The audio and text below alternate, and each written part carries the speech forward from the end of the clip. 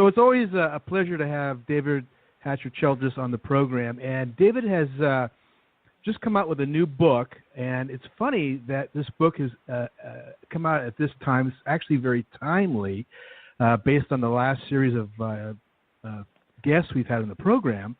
And so, hey, David, it's great to have you on the program again. Hi, Cliff. Yeah, good to be on your show. Before we start, I just want to let you know that we had Dr. Richard Hansen on the program, who's the director of the El Mirador project in Guatemala, and he's excavating the El Mirador complex, which is monstrous. And I've been there. Wow, that's great. Yeah, but he made a very interesting statement that actually is a great prelude to what we're talking about today, which is this new book. And what he said was actually quite mind-blowing, and it shows that independent researchers like yourself are really cutting a path to more academic side, which tends to be more reticent about revealing information. And this is what he said, along with Dr. Michael Cole, who's one of the foremost Mayanists in the country. He's now 86. They were in a conference together about a year ago, and they were talking about the interest that not only is prevalent in Central America with the various cultures there, but Cole himself stated that if he had had more time, he's 86, if he had had more time, he would have done more research in Indonesia, because he strongly believes now that there's a tremendous case for diffusionism or cultural exchange among Indonesian cultures, and not only the Maya, but the cultures that were prevalent in Central America thousands of years ago. Now, when I hear something like that, and I see this new book of yours, this new book's called The Lost World of Cham, the Trans... Yeah, Cham, actually, is the way to say that. Excuse me. Cham, yeah, Cham. Oh, thanks. That's why it can be spelled with a K, too, like in Khmer, Cambodia. Oh, Khmer. Okay, good. See, all these, they're the same word, but as I point out in my book, The Lost World of Cham, which is exactly about what you're talking about, Indonesia and Southeast Asia and trans-Pacific voyages, the Hindus and Buddhists who ran that whole world. And what really amazed me, Cliff, when as I began working on that book last year and making some trips to Southeast Asia, and I'd made a number already, and I went back again in November and was in Thailand and in Java and Bali on that trip, was that the ancient history of Southeast Asia is very mysterious. It's virtually unknown. It surprised me. I mean, historians, archaeologists, just your mainstream guys, like Michael Coe, it would be a good example. I mean, they're all saying, that in ancient India and in ancient Egypt and Sumeria and in ancient Mexico and Peru, that there were all of these dynasties and civilizations, and they were building pyramids and ports and big cities. And I mean, back to 1000 BC, 2000 BC, 3000 BC, easily. I mean, with Sumeria and certainly Egypt, and in my mind, ancient India is easily that old too. But what is incredible is that the history of Southeast Asia is not there like that. They don't really have and can put their finger on and name any real civilization there that's BC. About the oldest civilizations that they can come up with are the Kham in Vietnam, and they date, according to the mainstream, to about 190 AD. So about 200 AD, but yet we have all of the stories in ancient India and Asoka, Buddha, of course, himself, from 500 BC. The Hindus themselves in the Sanskrit languages, they talked about what they called the land of gold, which was called Suvarma Bhumi in Sanskrit. And in fact, that is the name today of the big international airport in Bangkok. They call it the Suvarnabhumi Airport, which is, and it's one of the most modern and the largest airports in Southeast Asia.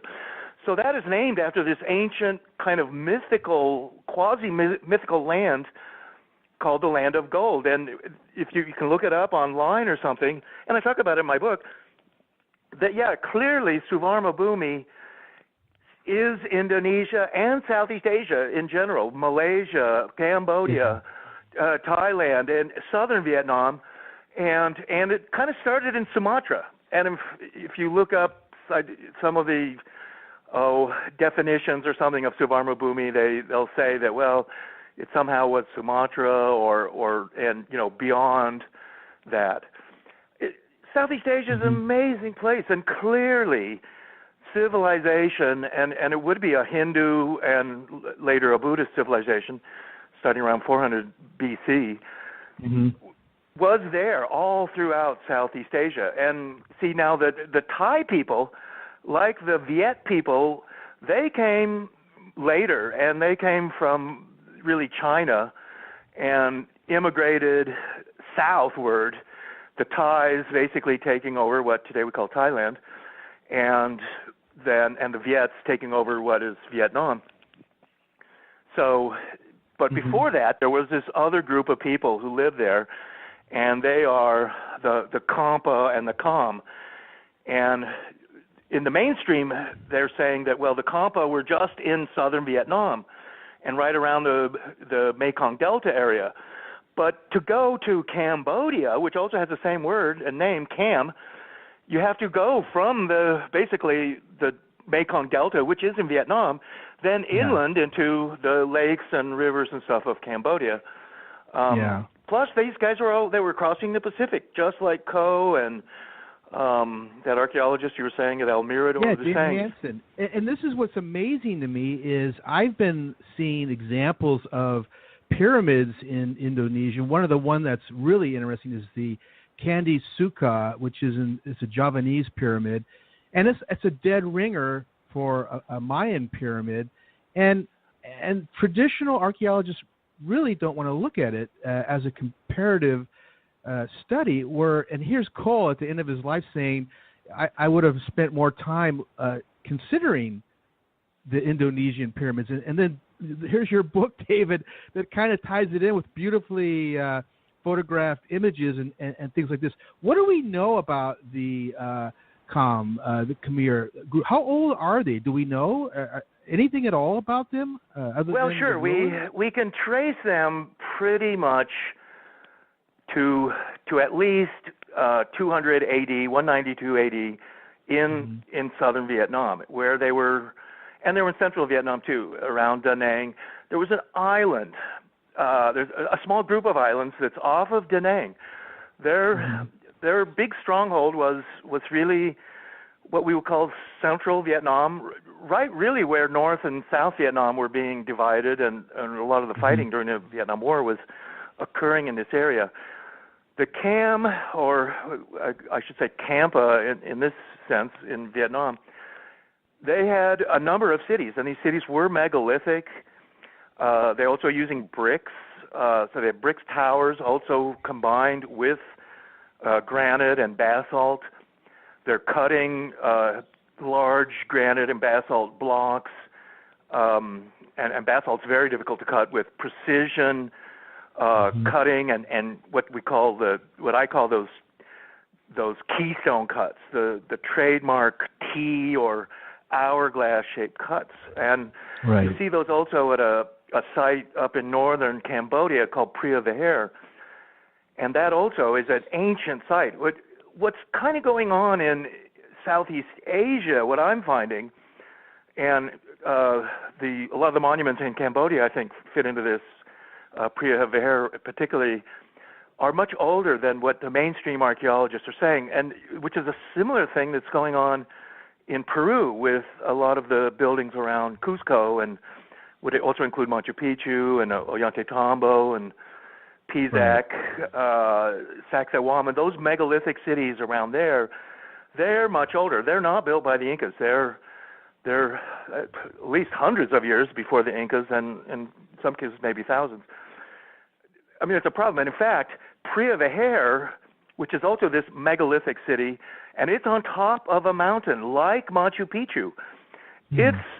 You can, and I talk about this in my book there, Cliff, The Lost World of Cham, how Machu Picchu is really a copy of this Cham city, which was probably older, called Pria Viher, which is today in very northern Cambodia. Tourists could only go there starting a few years ago.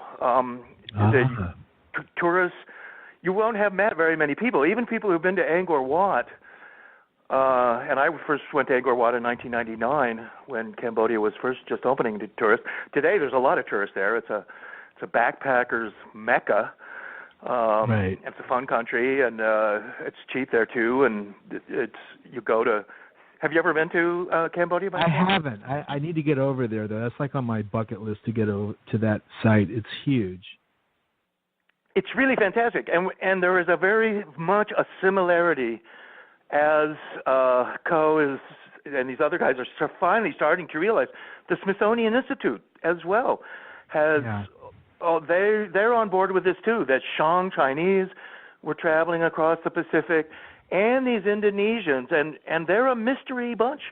The Olmecs in Mexico, and the Mayans.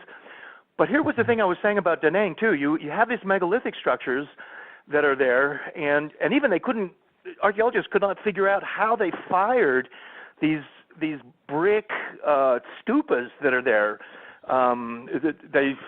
Archaeologists were baffled on how they actually made some of the things that they made. But there was a group of islands that's off of Da Nang, central Vietnam, and they're called the Cham Islands. Okay. And those islands, are rocky. They are inhabited. They're a pearl area and stuff like that. They have big sandy beaches.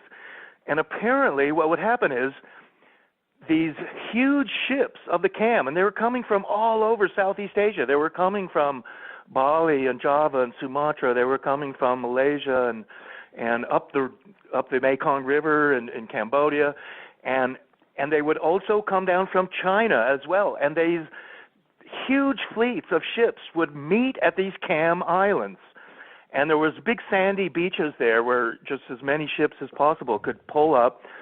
And these ships would be fully loaded, ready to go, and then they would leave from there and go out into the Pacific. And one of the areas that they were then going to would be like Nan Madol, this amazing basalt city that's in Micronesia. And maybe you've heard about that, Nan Madol on the island. Yeah. So that too may have been built by the Cham, but these guys there's something magical here. They're not only have got huge ships, and giant fleets of ships, and just Southeast Asia in general had to have, in ancient times, 1000 BC at least, huge navies going around from island to island. It's just, there's no other way to travel there except by aircraft and stuff like that. But they're levitating. They have giant stones. They're moving things stones that we couldn't move today, like Nan Madol particularly. Pria Viher is a giant megalithic city. They don't know how they could build all these things. They would have had to have power tools. Cutting the basalt that they've got. Let me talk about one site that you have in the very beginning of your book that is fascinating. It's in Vietnam. It's called, is it My Son? My Son, yes, My Son, and that's near Da Nang, yeah. Yeah. Now this is quite an interesting city, and you actually show similar types of cutting techniques that are found in Bolivia, Pumapuku, and it could be Teotihuacan. No, not Teotihuacan. It's in Bolivia. Pumapuku and Tiwanaku. Yeah. Also in Peru, it's at Cusco and also at a place called Ollantaytambo. Yeah, those are what those. Yeah. Exactly. So here you have people on both sides of the Pacific making walls and structures with this unusual T-shaped cuts. Those cuts would be then they'd be a double T, and they would have to span 2 blocks of stone, and then liquid metal is poured into this. So you're looking at also a metallurgical plant where they're melting metals and alloys. They're creating their own alloys for these clamps. So yeah, these guys are building amazing stuff, and nothing is too big for them or impossible to do. They're like these, the Hindu gods or something like that, who can have flying machines, can fly through the air, have all kinds of amazing weapons and stuff like that. So that's what we have here. Right. What would you say the diversity is, or the exchange? Would you say it's ancient Mayan civilization exchanging pyramid building and construction techniques with Indonesia, or do you think Indonesia is more of the evidence from the mother culture, maybe from Lemuria, then they pass it to the Maya? What do you say? Do you have any feeling about that? Well, yeah, I do, and I feel that there would have been definitely, a cultural exchange both ways, but I think that the mother culture here really was ancient India and Indonesia and ancient China as well. Okay. In my book, The Mystery of the Olmecs, which is kind of a companion book in some ways, although it's like 6 or 7 years old now. In that book, I really look at the Olmecs and how mysterious they are. Many of them also looking like Africans, but other Olmecs look with like they're bearded or Chinese. The Olmecs, like the Cham people, were a mixture of races. Seafarers in general are kind of like that on pirate ships and things like that. They're often a motley crew of people from all over the world, and on ancient, particularly on ships, ancient ships as well, you're not judged so much by how you look or the color of your skin or what kind of hair you have or anything like that, but more on your ability and you're part of the team. And so the Cham were a group that were very varied. Many of them were blacks, and you have particularly in eastern Indonesia, and then once you get into New Guinea and New Caledonia and those areas, people are blacks. They have dark skin, frizzy hair. They're supposedly black people are from Africa, but we've got them in these islands off Indonesia and stuff. And they would have, in theory, had to have come there in ships somehow, because they couldn't really walk to all these islands. Unless, again, now you have your theories of lost continent of Mu or Lemuria, and there was a lost continent around Indonesia, which they call Sunda land. And right. So exactly. That area. So here you go. Just as far as all that kind of thing happens, you've got geologists are saying that during the last ice age, 10,000 years ago, they're saying that sea levels were 300 feet lower than they are today. Well, if you drop the sea levels around Indonesia 300 feet, you're going to have, a whole, like a new continent, basically, that is created. All these islands will be connected together. There's a thing they call the Wallace Line, which is still deeper than 300 feet. And that separates part of eastern Indonesia from western Indonesia. But yeah, you have, so even, they think that rice began, early rice was created in Indonesia. You have the different islands there, Sulawesi, you have Bada Valley, you have strange megaliths all throughout parts of Indonesia. And I have some interesting photos in that book, I think, that you will, It's filled with wonderful photographs. That's what's so amazing to me. And you have great examples of this so-called exchange of culture, or as the scientists would like to tell us, diffusionism. You have a great example that I didn't even realize, where you show Tiwanaku and some of their sculptures, and one of the sculptures is very reminiscent of Kon-Tiki, and that's definitely in the Indonesian area. And why would that be in South America? It's quite unusual. It definitely. Well, right, and that Thor Heyerdahl, the famous Norwegian archaeologist, back in the 1950s, and he actually started the late 1940s living in the Marquesa Islands. But he's the one who really tried to promote the idea of tiki, Kon-Tiki. There's the Kon-Tiki statue, that's at Tiwanaku in Bolivia, and he's got a beard and a mustache, and he's holding his hands, his arms, in what's called the tiki position. And that tiki position is one hand on your heart, your right hand, and then your left hand down on your stomach. And that's the famous tiki position. If you go to Tahiti, New Zealand as well, you'll buy these pendants of tiki. In New Zealand, they're often of a jade-type greenstone. And if tiki is always doing that, with his hand is on his heart, his hand's on his stomach. So you have that in Bolivia. You have that in all kinds of tiki-type statues around the world. And it has, it obviously has something to do with the Pacific Ocean, the sailors crossing it. But see, Thor Heyerdahl was, with his books, Kon-Tiki was the name of one, Aku Aku, he tried to also show how Easter Island was somehow connected, not just to South America, but also to Indonesia and those countries there. But it was archaeologists like, say, Michael Coe, who, he was a powerful Mayanist for many years, and he was very much an isolationist. He did not agree on this transoceanic travel. He's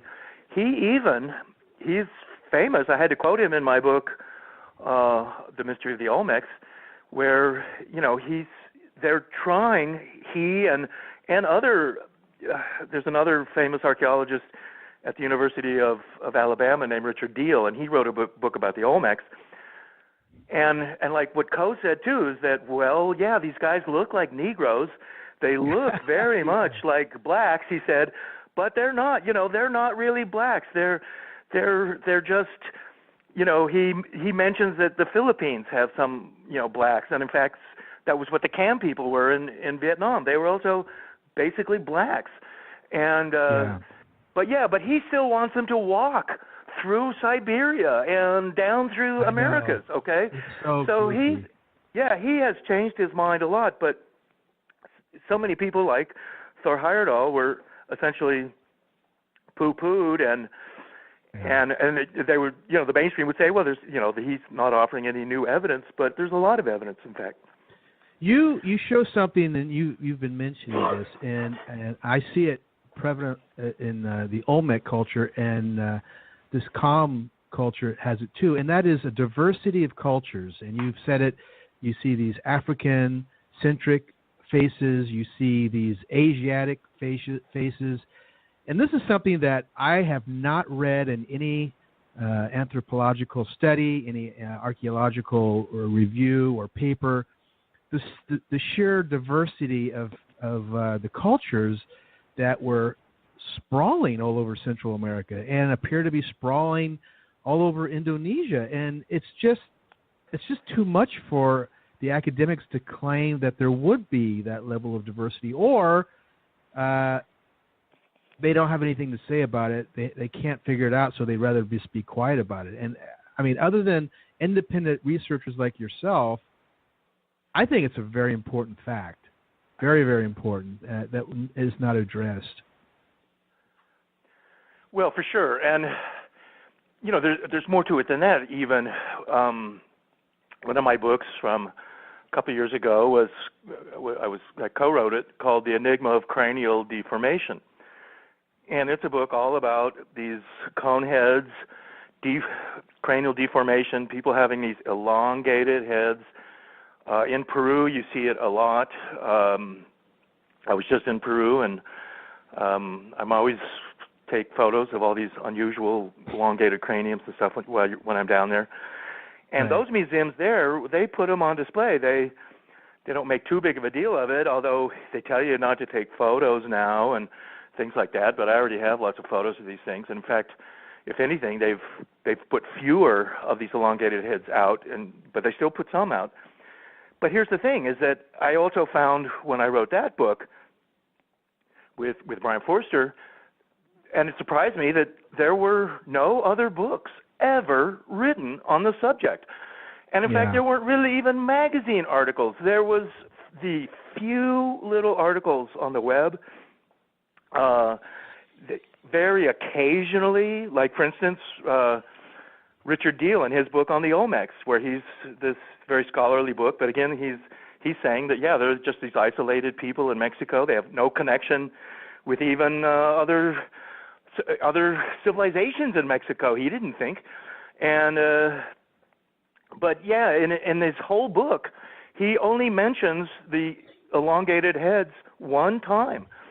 And yet the Olmecs are famous in their sculpture. I mean, almost every one of their jade or ceramic sculptures shows an elongated head. And yet he won't discuss it. Well, here's the problem. If you're an isolationist and you don't think that there's any connection between all these different civilizations and there's no transoceanic contact, well, how, you can't really discuss people with these elongated heads because they're all over the world. They're in Egypt, they're in Malta, they're in Vanuatu, they're in Peru, they're in Mexico, they're in Seattle area too, the Flathead Indians, they were in Hungary, the Koreans did these elongated heads.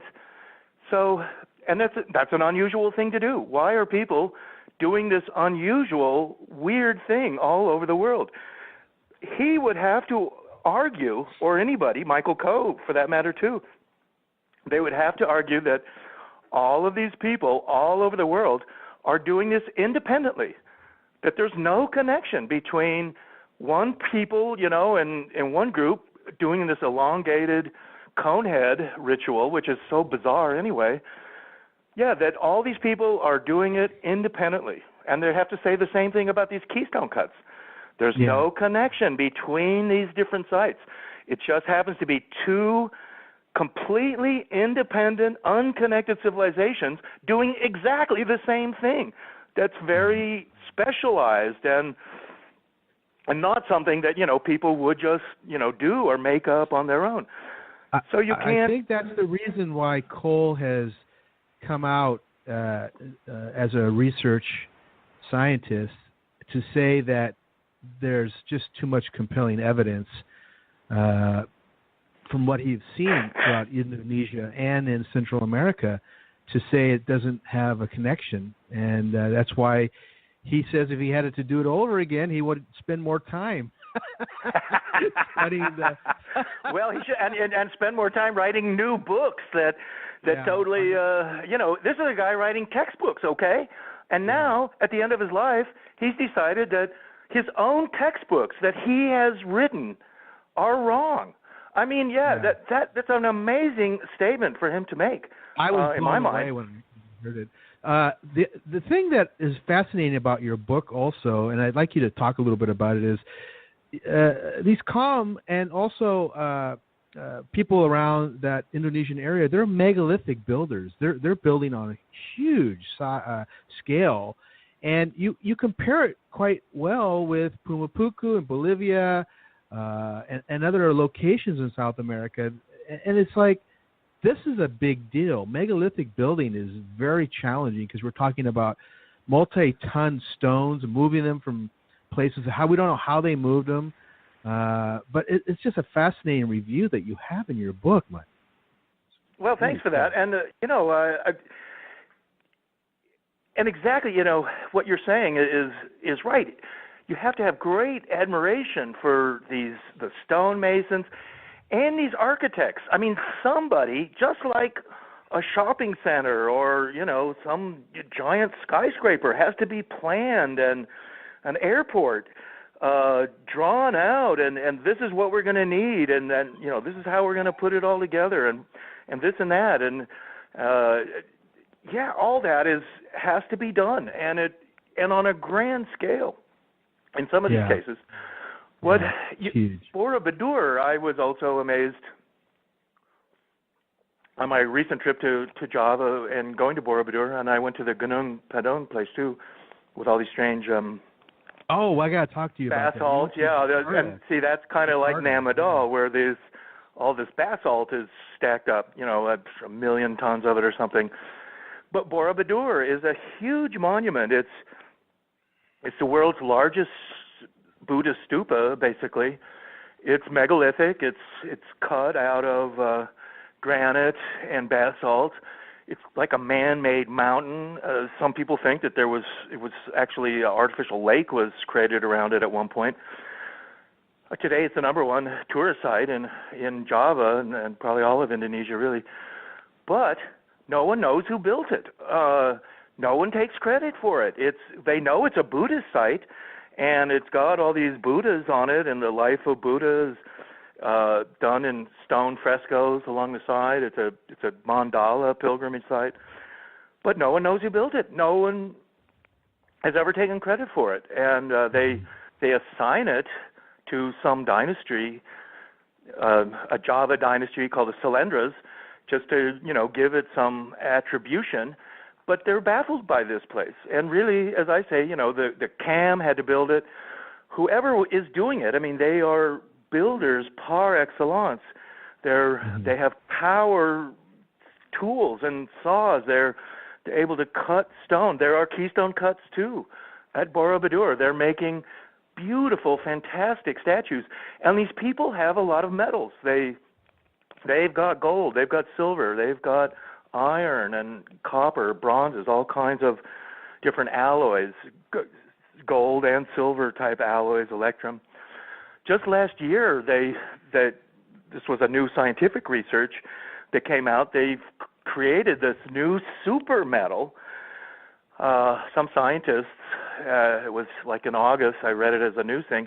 It's the strongest metal that's ever been created, and it's an alloy of gold and titanium. So here you have gold being part of this new strongest metal ever created. And that's what the Cham were doing too. They were mining.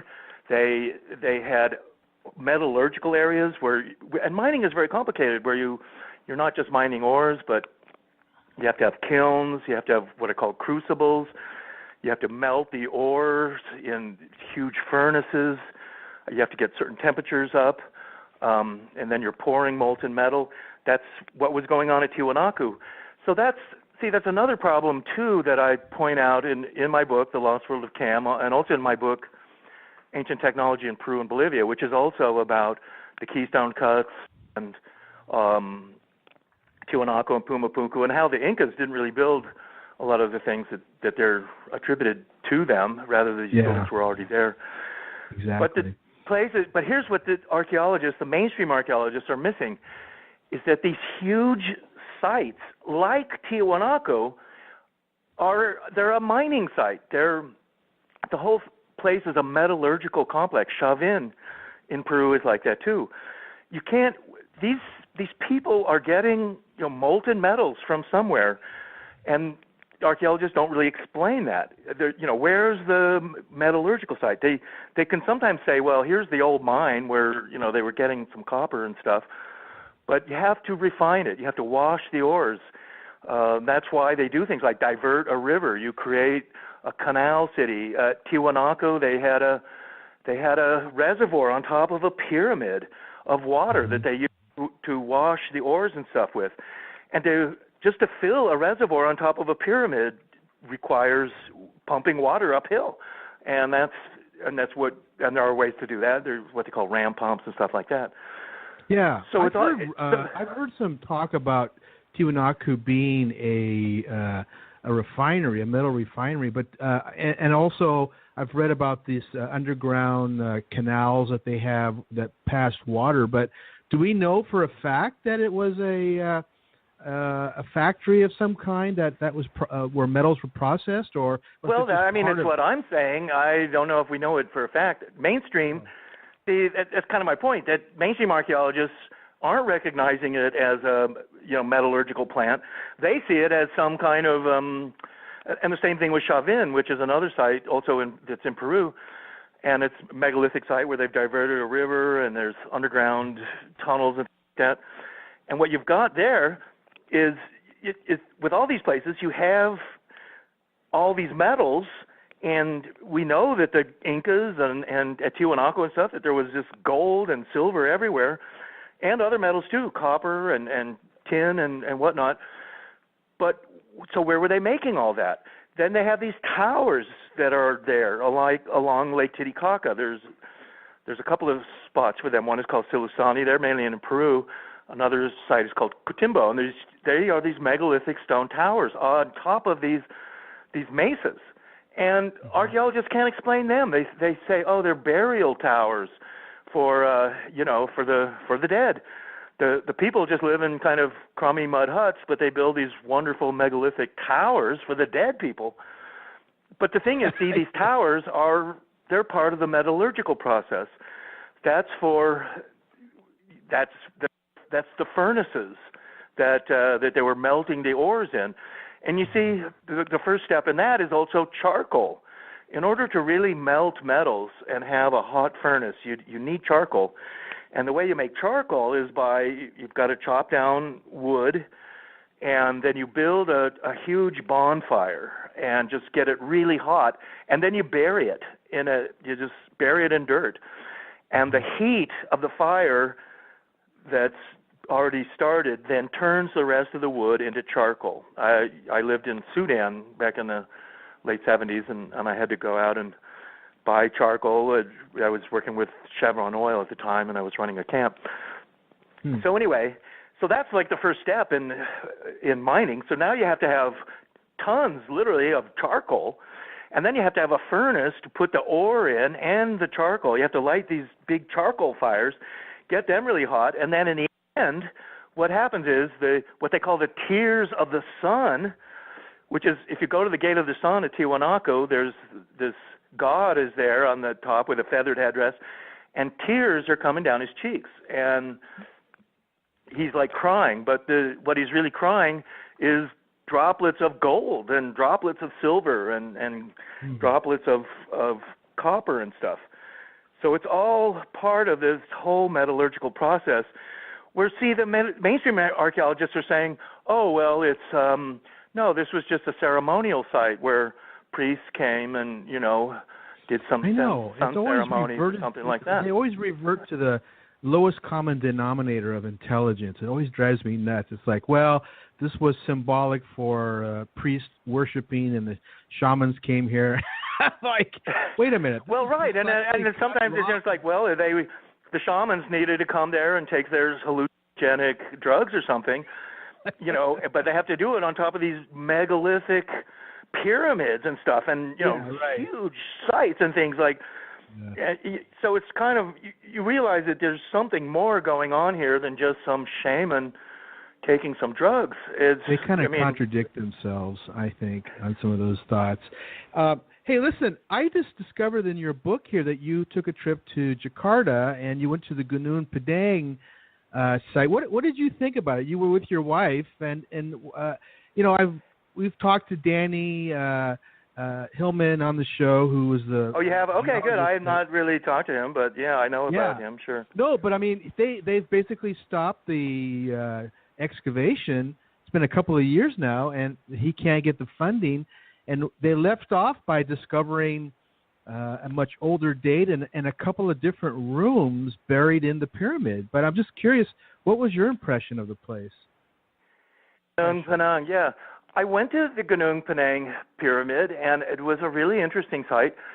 I looked for those tunnels and passageways that Danny Hillman had been talking about, and they're not there anymore. I mean, they've covered them up. I don't know. Oh, God, really? So I couldn't see any of that.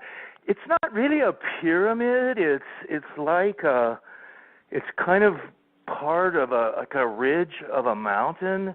There are these steps. I mean, it is man-made stuff there for sure. And there's all this basalt that's been piled up and stacked up. I mean, it's weird. Exactly what they were doing there or why, it's baffling. And but the one thing I will say is that there's a lot of work. I mean, whoever was doing that at Gunung Padang, I mean, some critics say that it's kind of a natural site in a way, and that the basalt is coming from right there, essentially, and that may well be the case. But still, people have definitely moved this basalt around, and I can tell you, I've been to Nan Madol in the Pacific, and I've been there like 5 times. That place is really something else. It's the 8th wonder of the world. It's over 250 million tons of basalt, very similar to Gunung Padang, only on a much bigger scale, and huge walls and artificial islands, walls that are 30 feet high. They estimate that there's over 250 million tons of basalt that's been moved and stacked up on this island, and they don't even know where that basalt came from. It had to come from somewhere else. The natives there in Nan Madol, they claim that was magically flown through the air, all of this basalt, and that they flew it from the other side of the island. I mean, some of the basalt columns there weigh 80 tons, and that's much more than any of the ones at Gunung Padang. I would say at Gunung Padang, the largest basalt column I saw there would have weighed maybe a couple of tons, perhaps maybe 2 or 3 tons, possibly, which is still pretty heavy. But ones at Nan Madol in Micronesia, I mean, these things are 10 tons, 20 tons, 50 tons, and the heaviest one they think is 80 tons. I mean, an entire mountain would have been dismantled to get all the material that's used in this city. I mean, archaeologists, again, are baffled, although they don't talk about it much. There's not much they can say. They just say, oh, some islanders, put these basalt rocks on their little double canoes and brought them to the island. 80-ton rock column on your little canoe. And they're stacked up in walls 30 feet high. I mean, it's something else. Yeah, it makes Gunung Padang is very minor in size compared to Nan Madol. But in my mind, and I talk about this in my book there, Lost World of Cham, that probably it was the Cham, and I would think at some time in maybe 500 BC or something like that, were building both places, and somehow they have these Buddhist masterminds, whatever, and their vimanas, their technology, they've got power tools, and they were able to levitate stone, particularly this basalt. Basalt is magnetic, actually. It's a naturally magnetic stone. Compasses will show start to spin if you go around basalt. Usually, it's been magnetized. Basalt, extremely dense and heavy stone, almost very difficult to cut and work. You need today we need diamond tools and saws and drills and stuff like that to work to cut basalt. What you see there at Nan Madol and at Gunung Padang is uncut basalt. I mean, it hasn't been, but see at My Son in Vietnam with the basalt there, they've taken that basalt and cut it into perfect slabs and then cut these keystone cuts and stuff into it. I mean, they are slicing and dicing basalt like it was, butter practically. And how they could do it. But they're also able to levitate these things. I mean, I'm totally convinced of that. And at Nan Madol, I mean, that's the story. I mean, I can't see any other way that they would have been able to move all that material unless they could levitate it. We're discovering more and more evidence of ancient builders, periods around where you're discovering, and my focus is on Central America, that a lot of the energy was locating these magnetic stones that had veins of quartz in them, or granite, or were andesite that had the ability to pass electricity through them. So I don't disagree with you. I think it's a great possibility. And the big challenge, though, is what is the technology? What is the physics behind levitating stone? Where are the machines? It's just, we have to just, in many ways, kind of just theorize or hypothesize what would have been the techniques to do that. And that's the question, I mean, our technology today probably isn't as advanced as the guys that built those megalithic structures. It's just strange to consider. Well, yeah, I mean, they knew something that we don't know yet, or it's being kept a secret from us. Yeah. NASA and the military, they have done experiments on what they call acoustic levitation, using sound and vibration to levitate things, magnetic type rays. Even the whole UFO kind of thing, and these flying triangles and other special technology. They themselves are, there's a levitation and an anti-gravity effect that's being used there. Also, even I find a certain analogy with the lightsabers in the Star Wars movies, and this whole idea of like a handheld sort of plasma cutter. I mean, this is a kind of, it's like a mining tool in many ways. The lightsabers, because what those can do is like cut rock, and cut rock too in very sharp angles and things like that. A very clean cut, kind of like lasers can do that, and masers. So it's like they had some ability like that to melt stone. You have to have electricity.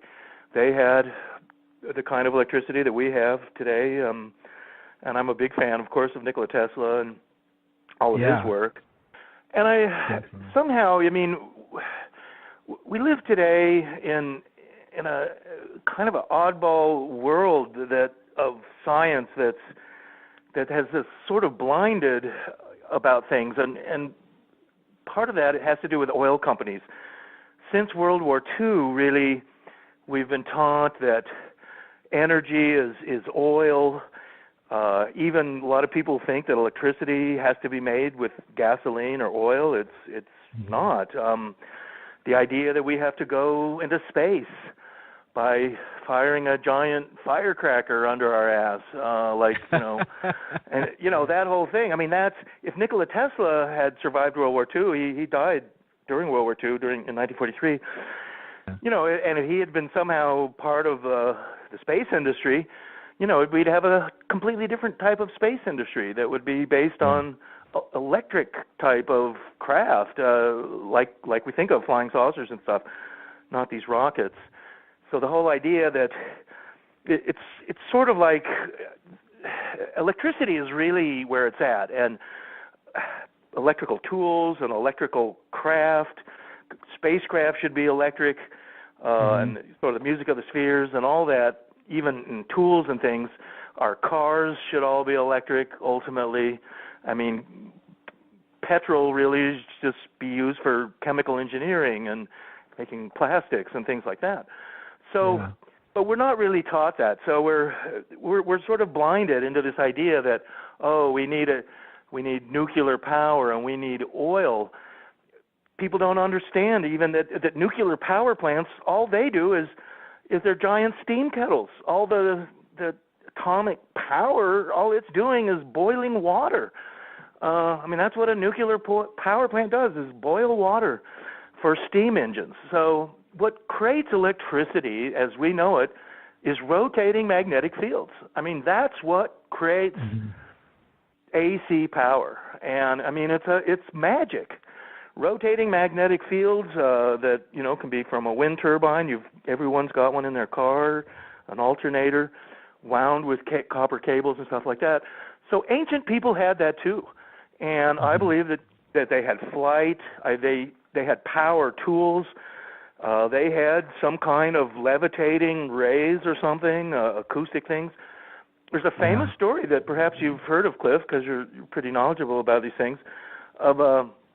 This is supposedly in the late 40s, this Swedish aircraft engineer was in Tibet, and he witnessed and allegedly filmed with a 16-millimeter camera these Tibetan monks using horns and drums and levitating stones up on top of a cliff. Yeah. And they were building like a monastery on this in Tibet. A lot of these monasteries are on remote cliff locations and stuff like that. Yeah. And he was allegedly, and here are these Buddhists, you know, who are doing this, and he's seeing them. He claims he saw it, and he supposedly filmed it. But the film is, you know, it's kept in some vault or something in Sweden, and it hasn't been released. So who really knows what the story is? But it's interesting, that kind of a thing. The other thing I would say, too, with acoustic levitation and stuff like that, which NASA has done experiments on that, but that's with our space program, you know, we have other space programs, too. The military, both the Navy and the Army, have their own space programs, too. And what they do is secret. We don't know what experiments they do. We don't know what even kind of craft and weapons and things they develop, because they don't have to tell us, but NASA does. Yeah. So, you know, I think that they might have stuff like that.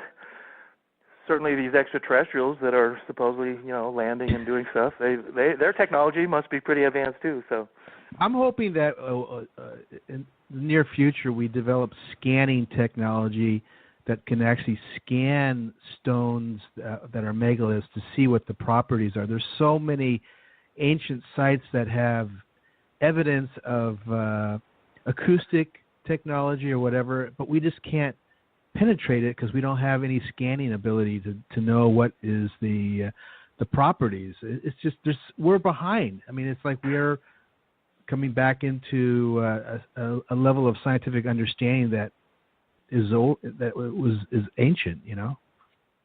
Well, it's interesting that you're saying that, because basalt, particularly, and granite as well, have the ability to maybe store like a magnetic tape or something, or a memory stick to store information in it. Right. And so, it's possible that like basalt or something could be recording, you know, what had happened with it and how it was cut. I was at a remote island called Rotuma in the very north of Fiji some years ago, and it has also huge slabs of basalt which were cut and moved into this one village.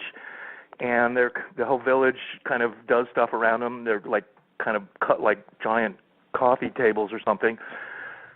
And they're huge, too. And they weigh many tons, like 40, 50 tons, maybe 60.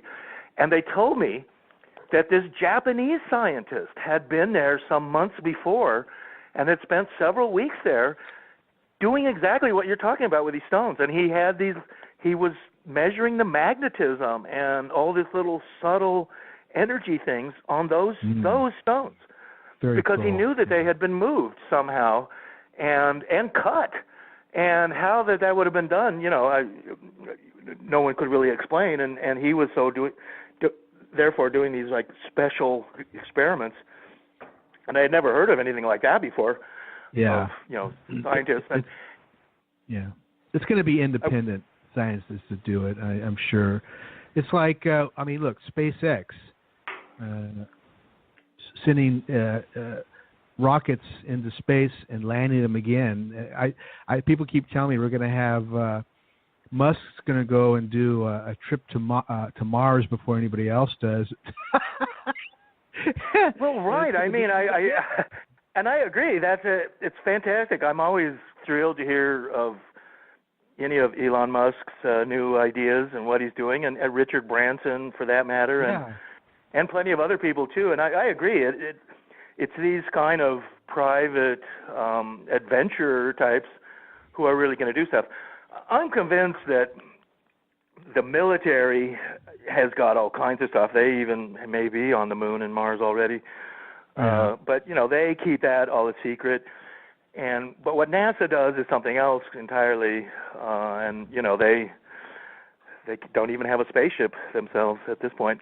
But I can tell you right now, the Navy and the Army, they have their own spaceships and launch vehicles and everything, but you don't hear much about Nothing those. Surprises me in America. I think we have some personality disorders. Hey, David, one last question for you, and then I'll let you go. You have a whole section on your in this new book on the Olmec, and the Olmec are a favorite of yours.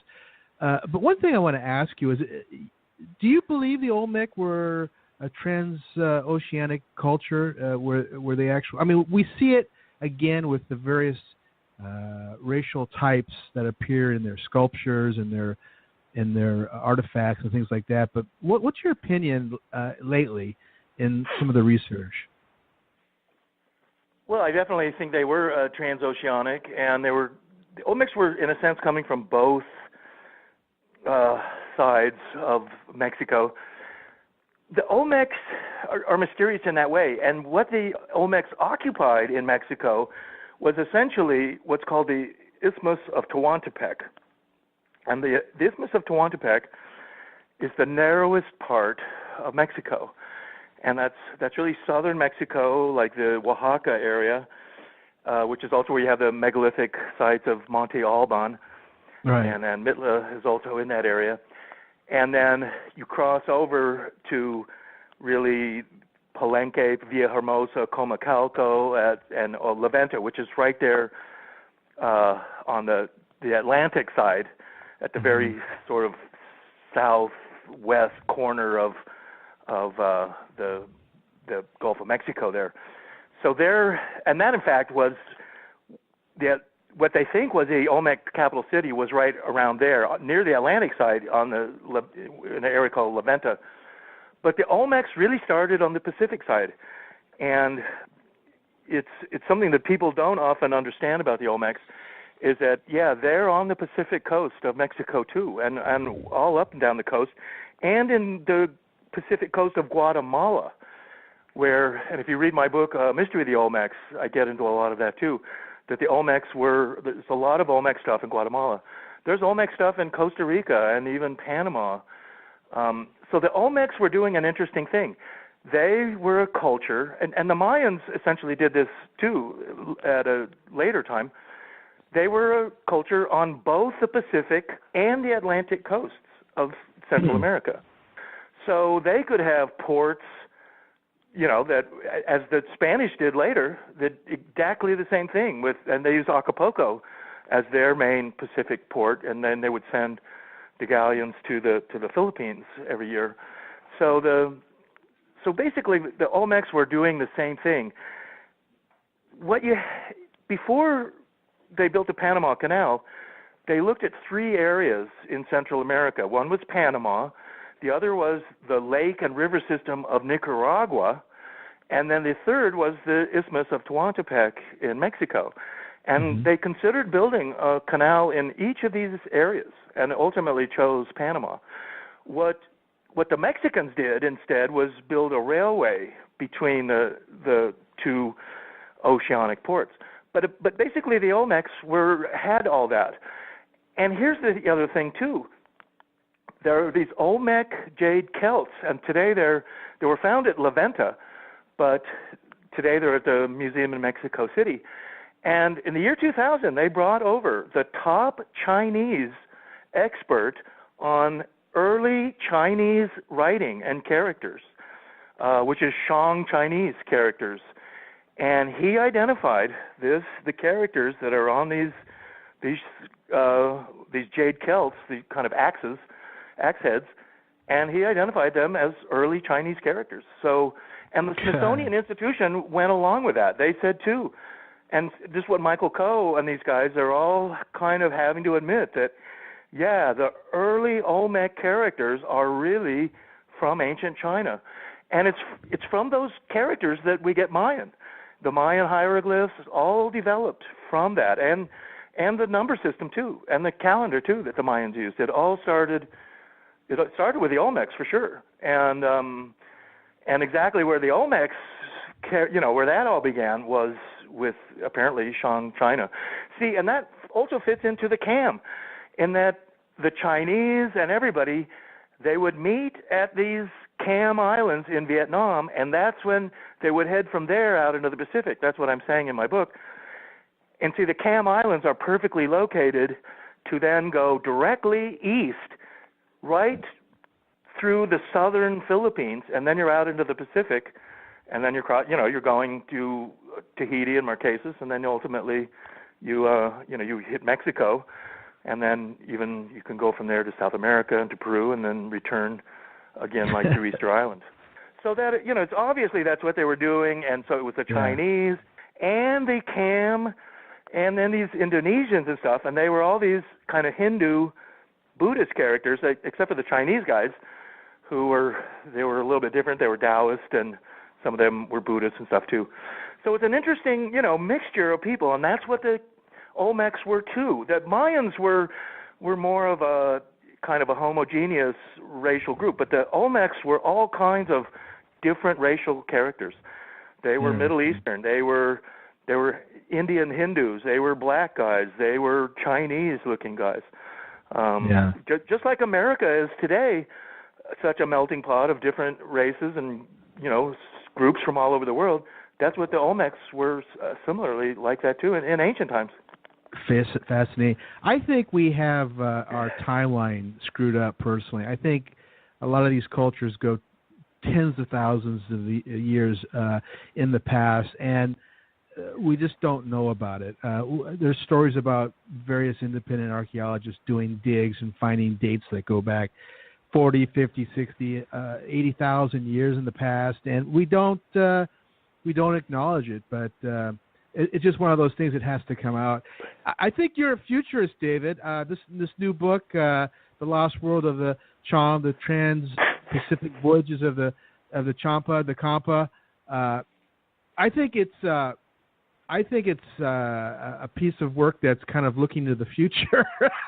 Well, I appreciate that, and it is. I mean, if what I'm saying in my book is true, and everything points to it being pretty accurate, then it's a whole new history, not just of Southeast Asia, but of Mexico and even the American Southwest and Peru and South America too. So I have to write it out though. I have to write Cham, not Cham. It's a Cham. Well, it's just like Cambodia. All right. Cambodia, yeah. The word for Cambodia is coming from the same word as the Cham and the Kampa. Right. So that's the Cham and the Cham. Well, look, I hope that your listeners can go check our website out at adventuresunlimitedpress.com. Right. And we have our magazine too, the World Explorer magazine. Have you maybe seen that? I have seen that. You have a tremendous amount of authors that we have on the show, and you seem to publish cutting edge, a lot of great cutting edge stuff. I don't know, how many titles do you have now? You must have 1,000 easy, right? Well, yeah, the book publishing company has around, we've got about 300 books that we publish. And okay. About 300, and I'm the author of about 30 books that I've authored or co-authored and edited and stuff. When did you start? So have them check out the magazine at wexclub.com. We're the World Explorers Club, and it's WEXCLUB, wexclub.com. Okay. David, when did you start writing? What was your first book? Oh, my first book was a book in 1983 called A Hitchhiker's Guide to Africa and Arabia, and it was published by Chicago Review Press. Yeah. You were writing forever. I had this little image of you with like a voice recorder, and you have everything transcribed because you don't have any time to do anything, and especially write. So you have it transcribed, you put your edit on it, and that's it. Is that how it goes? Am I right? Well, yeah. No. Well, fortunately, I do know how to type, so I'm able to do that. Well, I know Cliff, that, but you're just so busy, is what I mean. Well, yeah, I do have a lot to do, and I travel a lot. I love to travel and go places and go to museums, and I'm planning my next trip now. It's been fun being on your show. Thank you, David. All the best to all your listeners. Fantastic. Appreciate it. We're going to post the book on the Facebook page. We'll let everybody know about the website. And thank you for your time, David. Much success. All right. Thanks, Cliff.